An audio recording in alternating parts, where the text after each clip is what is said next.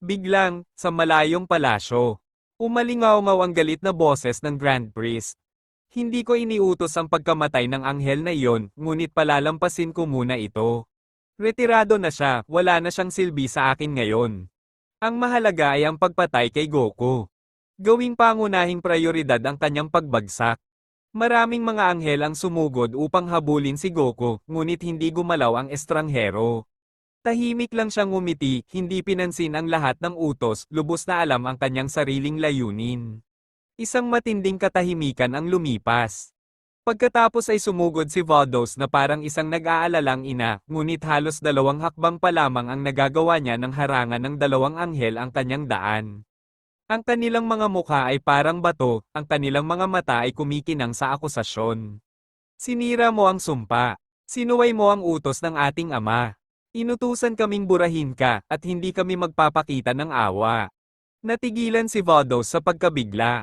Nag-iisa, napapaligiran, na parang ang buong sanlibutan ay bumaling laban sa kanya. Samantala, sa daigdig, naghari ang kaguluhan. Tinipon ng mga God of Destruction ang kanilang kapangyarihan, ang langit ay nagliliyab na parang isang nasusunog na kamay, handang durugin ang planeta. Sa kabila ng pagod at sakit, nilabanan ni Gohan ang pagsalakay, nakatayong nagliliyab ng may determinasyon. Pagkatapos ay isang malakas na pagsabog ang yumanig sa kaibuturan ng kanilang mga puso. Nang inakala ng lahat na dumating na ang katapusan, isang liwanag na napakaliwanag na hindi kayang tiisin ang lumitaw mula sa ilalim ng usok. Isang nakasisilaw na kinang na bumulag sa lahat ng paningin sa isang iglap. At sa itaas nito, siya ay lumitaw. Si Goku ay nakatayo na parang ang liwanag mismo ay nagkatawang tao. Ang bawat hakbang niya ay nagpayanig sa lupa at bawat sinag ng kanyang aura ay dumaloy sa lahat na parang isang sagradong pagpapala na nagpapabanal sa larangan ng digmaan.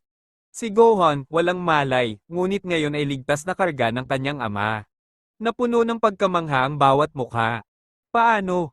Matapos ang 10 mahabang taon na wala sa kawalan na lampas sa panahon, bumalik si Goku.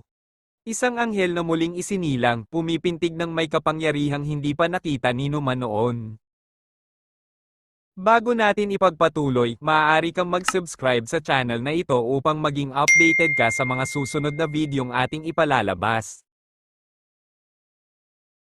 Marahan na inihiga ni Goku si Gohan sa lupa at binigyan siya ng malambot at kumikinang na enerhiya na nagpanumbalik sa kanyang kamalayan. Gumalaw si Gohan, nalilito noong una. Pagkatapos ay nahulog ang kanyang mga mata sa kanyang ama. Bumangon siya at niyakap ito ng mahigpit na para bang natatakot na siyang pakawalan pa ito. Ngumiti si Goku ng mainit. Ipinagmamalaki kita, anak ko. Pinanood ko ang lahat ng nangyari. Ikaw ang simbolo ng lakas at tiyaga. Isa-isang lumapit ang kanilang mga kaibigan. Sina Krillin at Piccolo ay namangha sa paligid na para bang nagising ang mismong espiritu ng daigdig sa kanilang paligid. Si Chi-Chi ay umiiyak ng hayagan, naniniwalang nawala na ang lahat ng pag-asa. Habang ang maliit na si Pan ay nagsabi ng may inosenteng apoy. Sinubukan nilang sirain ang ating planeta. Ngumiti si Goku, itinaas siya ng may matamis na ngiti. Huwag kang mag-alala, nandito na si Lolo. Sabihin mo sa akin, sino ang gusto mong unang tapusin ko? Sumagot siya ng may determinasyong parang bata. Huwag kang mag-iwan ng kahit isa sa kanila. Dahan-dahang ibinaba siya ni Goku, pagkatapos ay humarap sa kanyang mga kaibigan. Tumigas ang kanyang ekspresyon, ang kanyang boses ay tumatagos sa kalangitan. Ang panganib na nakikita nyo ngayon ay isang kapiraso lamang.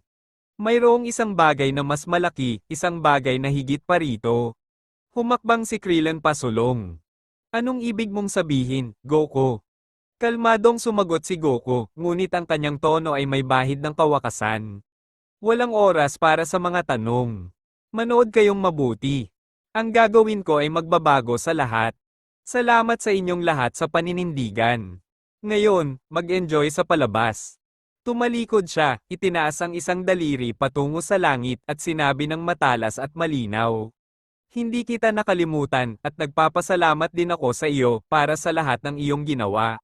Natigilan ang kanyang mga kaibigan sa pagkalito.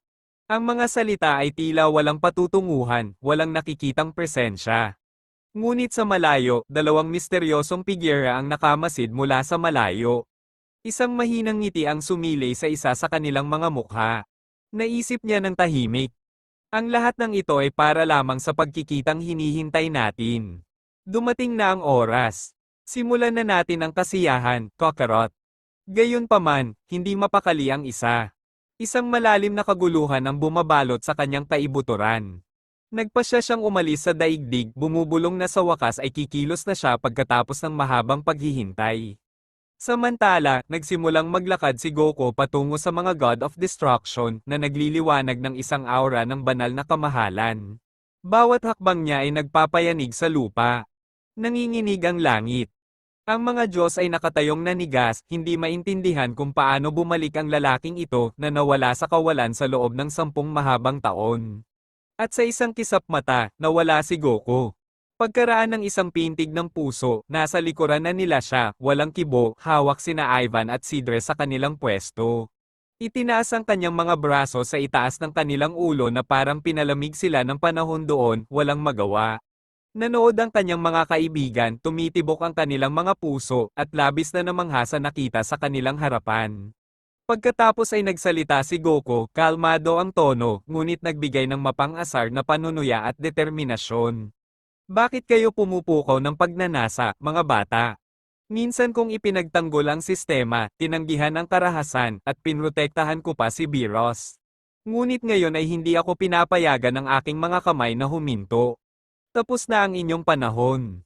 Sa isang iglap, naglabas siya ng isang mapaminsalang pagsabog ng enerhiya na agad na tumapos kina Ivan at Sidre na yumanig sa buong kaharian. Ngunit hindi pa siya tapos. Muli siyang sumulong at sa sumunod na sandali ay lumitaw sa harap ni Ramshi, mahigpit na nakahawak sa nanginginig ng uso ng Diyos na elepante, at tuluyan itong natigilan. Napangisi si Goku, matalim ang mga matang may pangungutya. Malamig niyang sinabi, "May naamoy akong mabaho rito." Pagkatapos ay naging matalas ang kanyang tono. "Malupit ka sa mga mahal ko. Ngayon ay matututunan mo kung ano talaga ang ibig sabihin ng kalupitan." Gamit ang hindi maisip na puwersa, inihagis niya si Ramshi sa kalangitan. At bago pa man bumagsak ang Diyos, itinaas ni Goku ang kanyang kamay. Isang kislap ng liwanag ang sumabog na parang kidlat at si Ramshi ay naglaho mula sa pag-iral. Nanginig ang iba. Nanlaki ang mga mata ni Champa na pagtantong tiyak na hindi niya maiiwasan ang mangyayari. Walang makakatakbo, walang makakalaban. Nakatayo si Goku sa gitna ng larangan ng digmaan, ang kanyang mga mata ay nagniningning sa galit at banal na paghatol. Sino ang susunod? Sabi niya. Ang kanyang boses ay umalingaw-ngaw sa kalangitan. Pagkatapos ay mas mabilis siyang kumilos kaysa sa naisip. Sa isang iglap, lumitaw siya sa harap ni Heles. Nakatayo ng napakalapit na kahit ang oras ay tila kalahati lamang. Itinuro niya ito gamit ang isang daliri, kalmado ang boses, ngunit parang talim na nakakasakit. Hindi ako karaniwang nananakit ng mga babae, pero malas ka para harapin ang aking puot. Sa isang dampi, isang daluyong ng nakamamatay na enerhiya ang tuluyang bumura sa kanya. Takot at kawalan ng paniniwala ang bumalot sa natitirang mga Diyos. Hindi tumigil si Goku. Dahan-dahan siyang lumingon kay Champa na ang nanginginig na katawan ay nagpapakita ng kanyang takot. Dahil alam niyang ang kanyang kapalaran ay kahawig ng kay Beerus. Naglakad siya pasulong, pinag-cross ang kanyang mga braso. Dalawang alon ng nakasisilaw na enerhiya ang lumabas sa magkabilang direksyon na nilipol sina Moscow at Eric nang hindi man lang siya lumilingon sa kanilang direksyon. Pagkatapos ay nagpatuloy siya sa pagsulong, matatag at walang humpay. Ang bawat hakbang ay yumayanig sa lupa, ang kanyang tingin ay nakatuon lamang kay Champa. Ang kanyang mga kaibigan ay tanging nakatayong nanigas, hirap huminga, habang papalapit ang hindi mapipigilan na pagtutuos. Sa kabilang panig, bumagsak si Vados sa lupa sa pagitan ng dalawang hari na sumugod sa kanya ng walang awa. Isa sa kanila ay sumigaw ng may gana. Ito ang kapalaran ng mga nagtataksil sa sumpa at lumalabag sa aming utos. Pagkatapos ay tinipon nila ang kanilang mga enerhiya at nagpakawala ng isang nakamamatay na pag-atake, kumbinsido na dumating na ang katapusan. Ngunit nang pumutok ang liwanag at tumaas ang usok, isang estranghero ang lumitaw, ang misteryosong Pigira. Kinarga niya si Vados ng may maharlikang kumpiyansa, isang apoy ng galit ang umaalingaw-ngaw sa paligid niya. Natigilan ang dalawang hari. Hindi nila matukoy ang uri ng kanyang kapangyarihan. Isa sa kanila ay paulit-ulit na natigilan sa hindi makapaniwala. Ano ang nilalang na ito? Walang malay si Vados. Nang magkamalay siya, nakita niya ang mukha ng kanyang tagapagligtas at nabasa sa mga mata nito ang mga hindi nasabi na pangako. Bumulong siya sa sarili. Vados, hindi ko malilimutan ang iyong kabutihan. Hindi na magpapatuloy ang nangyari. Papatayin ko ang sinumang mang-aagaw sa iyo. Pagkatapos ay sumugod siya at isang napakalaking pagsabog ang yumanig sa lugar na parang isang deklarasyon ng digmaan. Sa ibang lugar, ang komprontasyon ay harapan na ngayon. Sina Goku at Champa sa isang nawasak na arena. Walang mga salitang nagpalitan maliban sa mga buntong hininga. Dahan-dahang iniunat ni Goku ang kanyang daliri, malamig ang kanyang boses. Kay bait ko sa iyo. Binigyan kita ng ilang minuto para mabuhay bago ang aking paghihiganti. Ikaw ang kapatid ni Beerus at lumaki kayong magkasama. Hindi ko kailanman hinangad na patayin siya, ngunit ang inyong lipunan ay taksil at malupit. Bumuhos ang mga luha sa mukha ni Champa habang nagngangalit ang kanyang mga ngipin. Pagpapatuloy ni Goku. Mayroon kang dalawang pagpipilian.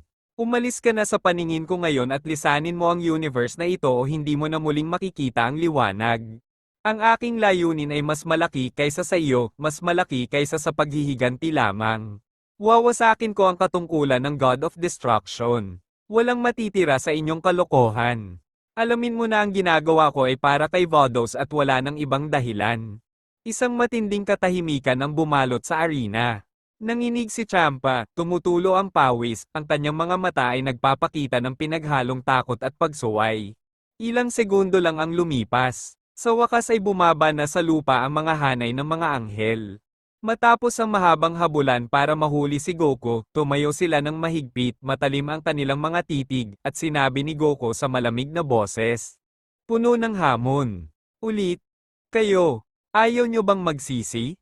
Sumagot ang isang anghel sa formal at matatag na tono. Kami ay inutusan at hindi kami susuko. Itinaas nila ang kanilang mga tungkod. Biglang ang mga alon ng celestial energy ay dumaloy kay Champa. Napaatras siya at napasigaw dahil sa hindi inaasahang sakit. Lahat ay nalito. Hindi nila maintindihan ang nangyayari. Nayanig ang arena hanggang sa sumabog ang isang malakas na pagsabog. Ngunit ang mas matinding pagkabigla ay hindi lamang sa pagkawasak. Ito ay sa ibang bagay. Mula sa gitna ng usok at apoy, isang kakaibang nilalang ang nabuo. Isang madilim na pagsasama ng mga espiritu na hindi pa namatay. Isang nilalang na hindi pa nakikita noon. Nanginig ang planeta, at winasak ng malakas na alon ang paligid. Sa isang kisap mata, sinunggaban ni Goku ang kanyang mga kaibigan at inihagis sila sa kalawakan. Iniligtas sila mula sa nalalapit na pagkalipol. Lumulutang sila roon ng panandalian habang nakatingin sa wasak na daigdig. Malapit sa kanila. Pinanood ng estranghero na lumitaw kanina ang eksena ng hindi nagsasalita. Kakatuwang sinabihan siya ni Goku na manatiling malapit at ang nanghihimasok ay tahimik na ngumiti, na natiling tahimik. Mula sa karamihan, pinagmasdan ni Bulma ang estranghero na iyon ng may pananabik. Isang pamilyar na pakiramdam ang dumampi sa kanyang puso, ngunit hindi pa maintindihan ng kanyang isipan kung bakit. Bumalik si Goku sa arena at tumayo sa harap ng bagong nilalang. Nakakatakot ang hitsura nito. Tila may naipon itong puot at mali siya mula sa maraming kaluluwa na nakadirekta kay Goku. Isa sa mga anghel ang humakbang paharap at nagsabi. Tingnan natin kung ano ang mayroon ka, Goku. Ang iyong labis na kapangyarihan ay mabubura rito. Ang nilalang na ito ay isang pagsasanib ng mga puwersa ng mga God of Destruction. Ang mga kaluluwa ng Destroyer ay hindi namatay. Sila ay pinagsama sa isang katawan sa ilalim ng pangangalaga ng aking ama. Lahat ng Kaioshin ay buhay. Kaya madali ang muling pagbuhay sa kanila. Tumingin pabalik si Goku ng may kalupitan, ang kanyang mga kilay ay nakakunot at nagsalita sa isang tinig na matalas na parang lumang tipan. Sumusumpa ako na pupunta ako para sa inyo isa-isa. Dinungisan niyo ang mundo, ngunit bibilisan ko ang aking layunin. May isang bagay na mas dakila na nakakuha ng aking atensyon. Darating ako para dito. Sa malayong lugar sa kalawakan, ang mahiwagang nilalang ay ngumiti na parang narinig ang mga bulong ni Goku at nabasa ang kanyang pangako. Pagkatapos ay bumulong sa sarili ng napakatahimik. Hinihintay din kita, Goku.